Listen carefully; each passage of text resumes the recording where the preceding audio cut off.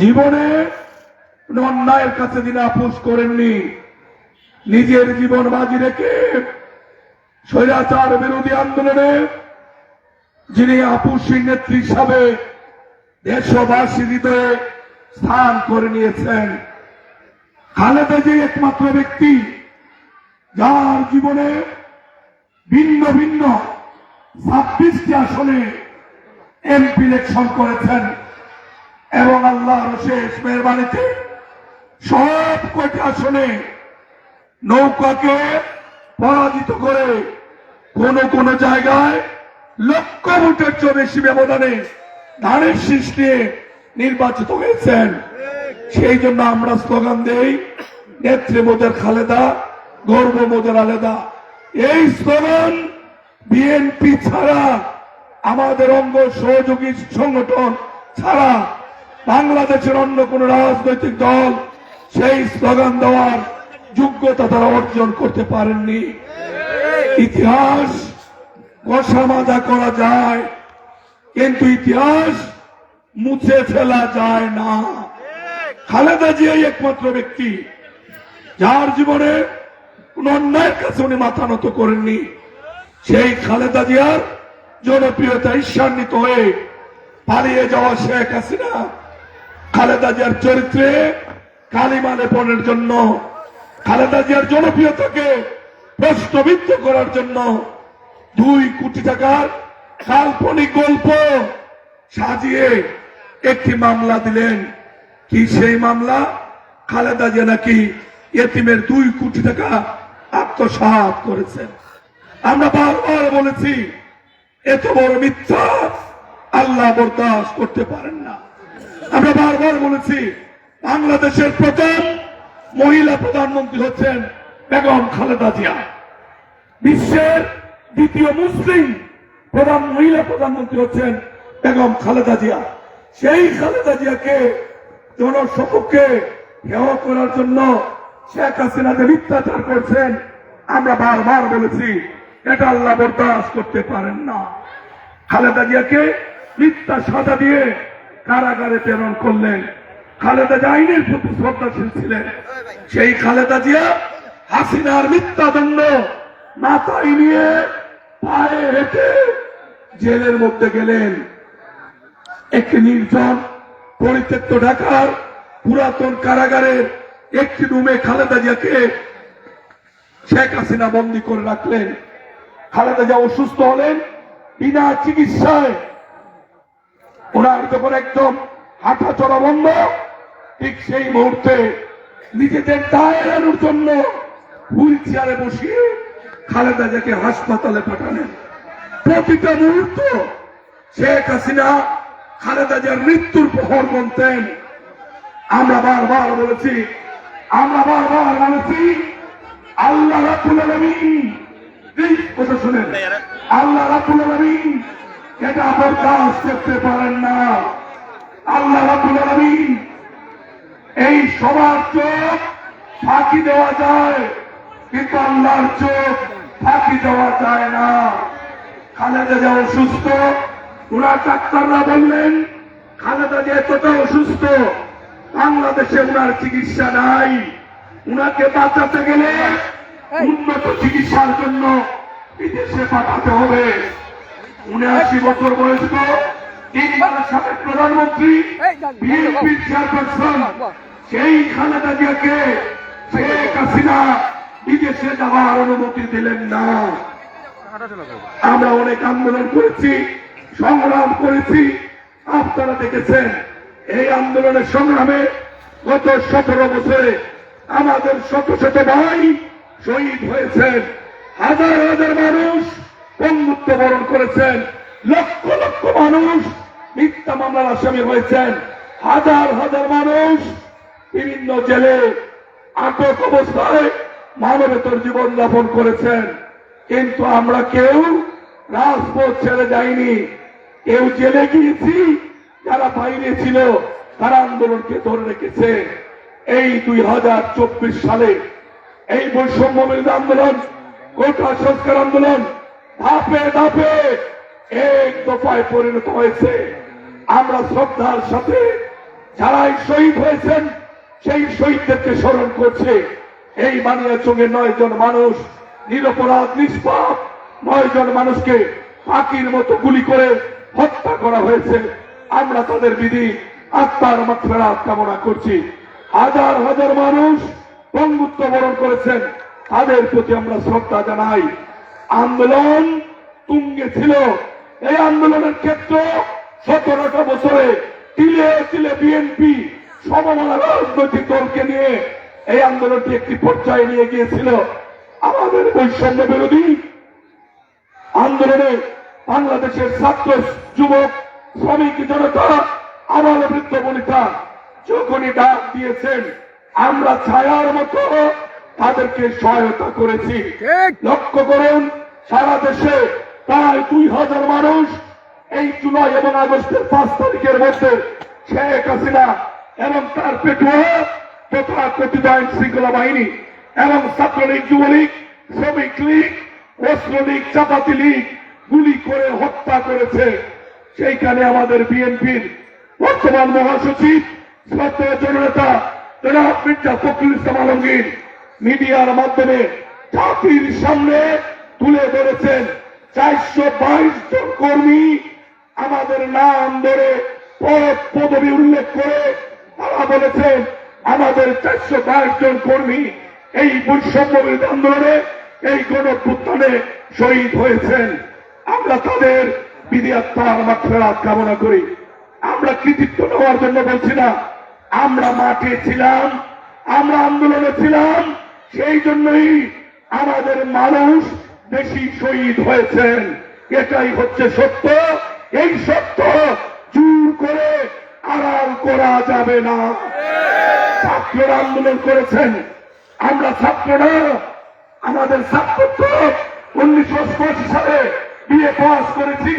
1988 সালের পরে আইনের ছাত্র ছিলাম, ল কমপ্লিট করিনি, ছাত্র জীবন নীতি হয়েছে।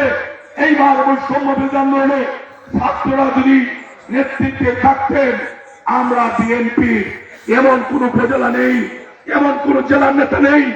আমি 1 নম্বর আসামি।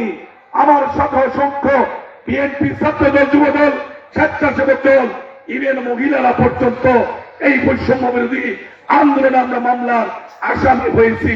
তার একটাই কারণ, হাসিনা এবং আওয়ামী লীগ আমাদেরকে ভয় পেত, মনে করত মামলা দিয়ে যদি আমাদেরকে বাড়ি ছাড়া, ঘর ছাড়া, মাছ ছাড়া করতে পারে এই ছাত্ররা মাঠে থাকবে না। সেই জন্য আমরা এবার সর্বোচ্চ ত্যাগ স্বীকার করে বাংলাদেশের জনগণকে নিয়ে আমরা মাঠে ছিলাম বলে 5ই আগস্ট শেখ হাসিনার পতন নিশ্চিত হয়েছে। আপনারা দেখেছেন খালেদা জিয়া, আল্লাহ ইজ্জতের মালিক, খালেদা জিয়া উন্নত চিকিৎসার জন্য কাতারের দেওয়া আমিরের বিশেষ এয়ার অ্যাম্বুলেন্সে করে বিশেষ বিমানে চড়ে লন্ডনে গিয়েছেন। খালেদা জিয়া যদি লন্ডন গেলেন, সন্ধ্যার পর থেকে ঢাকার রাজপথ লুকে লুকারণ্য হলো। এক পর্যায়ে 3 ধরনের ঠাই ছিল না। লক্ষ লক্ষ মানুষের ভালোবাসায় সিক্ত হয়ে খালেদা জিয়া এয়ারপোর্টে গেলেন, পরবর্তীতে লন্ডনে গেলেন। আর শেখ হাসিনা 15.5 বছর এই প্রশাসনকে ব্যবহার করে, সন্ত্রাসীদের ব্যবহার করে মানুষের গণতান্ত্রিক অধিকার, ভোটের অধিকার কেড়ে নিয়ে জোর করে ক্ষমতায় ছিলেন। সেই শেখ হাসিনা এই 2024 সালের আগস্টের 5 তারিখ চুরের মতো এক কাপড়ে বাংলাদেশ থেকে এই আমাদের বিমান বাহিনী কার্গো বিমানে চড়ে ভারতে পালিয়ে গেলে এটাই হচ্ছে আল্লাহর বিচার। রাখে আল্লাহ, মারে কে। সবার চোখ ফাঁকি দেওয়া যাবে, আল্লাহর চোখ ফাঁকি দেওয়া যাবে না।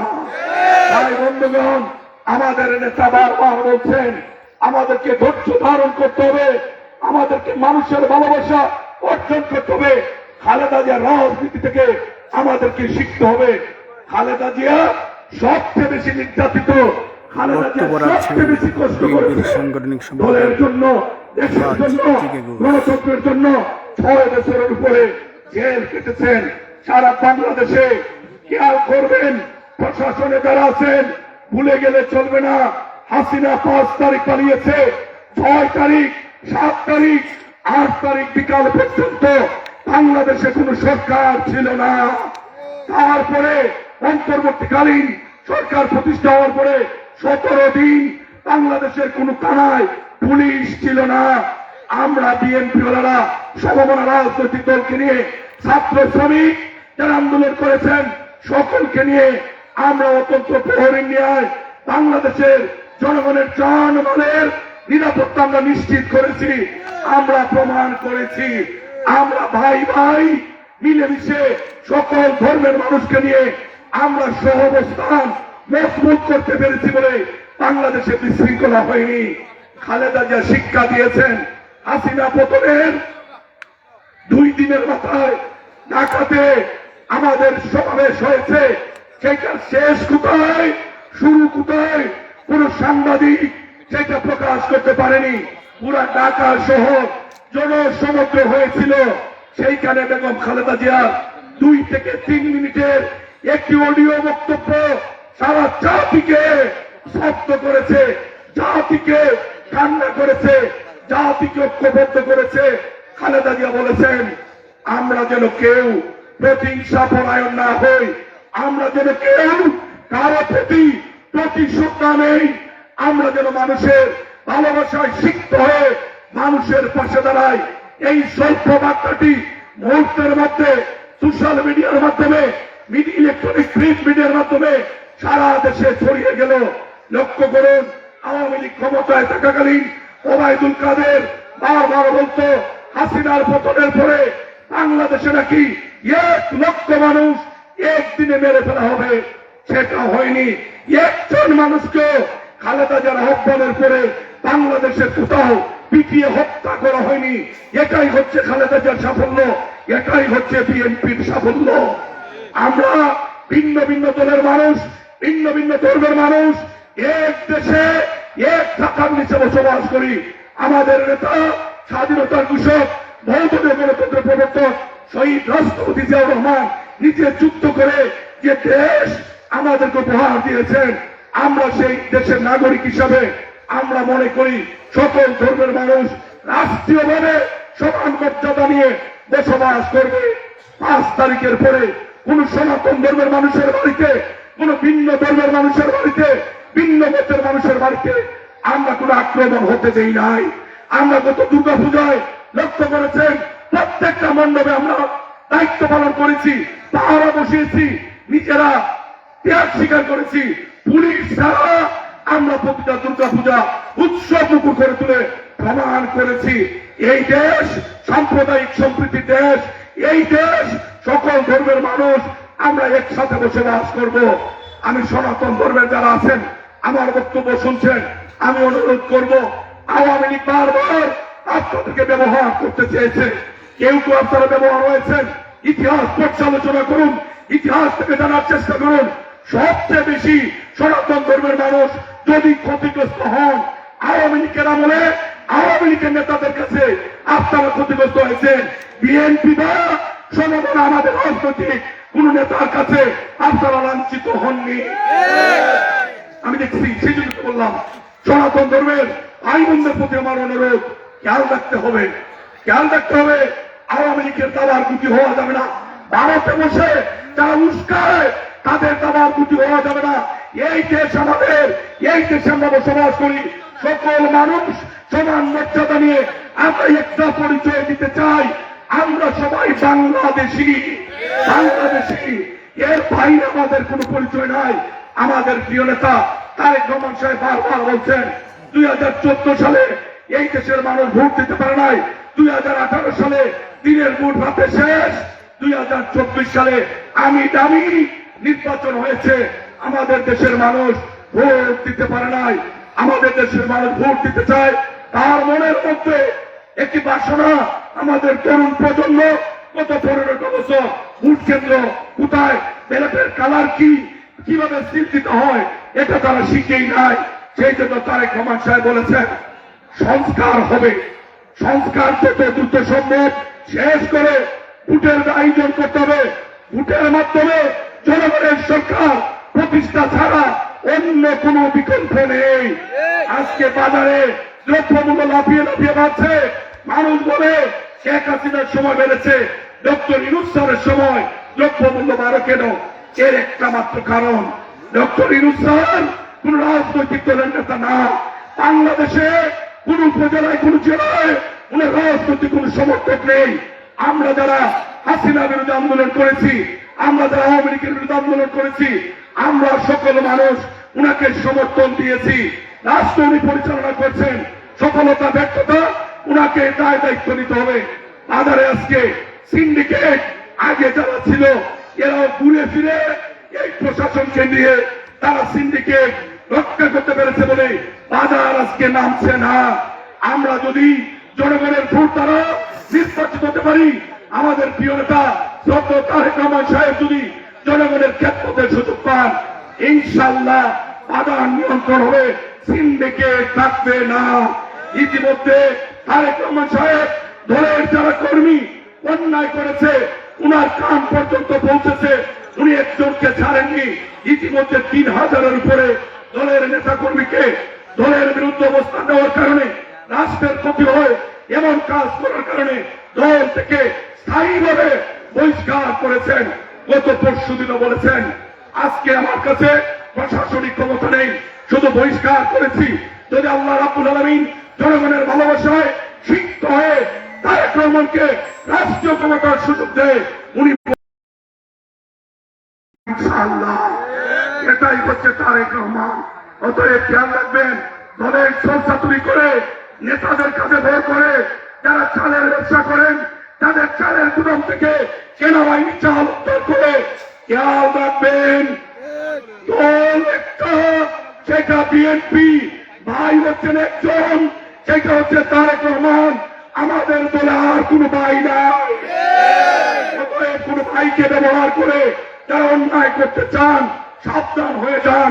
কষ্ট আমরা সকলে কমে বেশি করেছি, কিন্তু দলকে প্রশ্নবিদ্ধ করব আমাদের কর্ম দ্বারা সেই সুযোগ হবে না। আরেকটি জিনিস পরিষ্কার বার্তা, বিএনপি বরাবরই জনগণের ভোট দ্বারা নির্বাচিত হয়।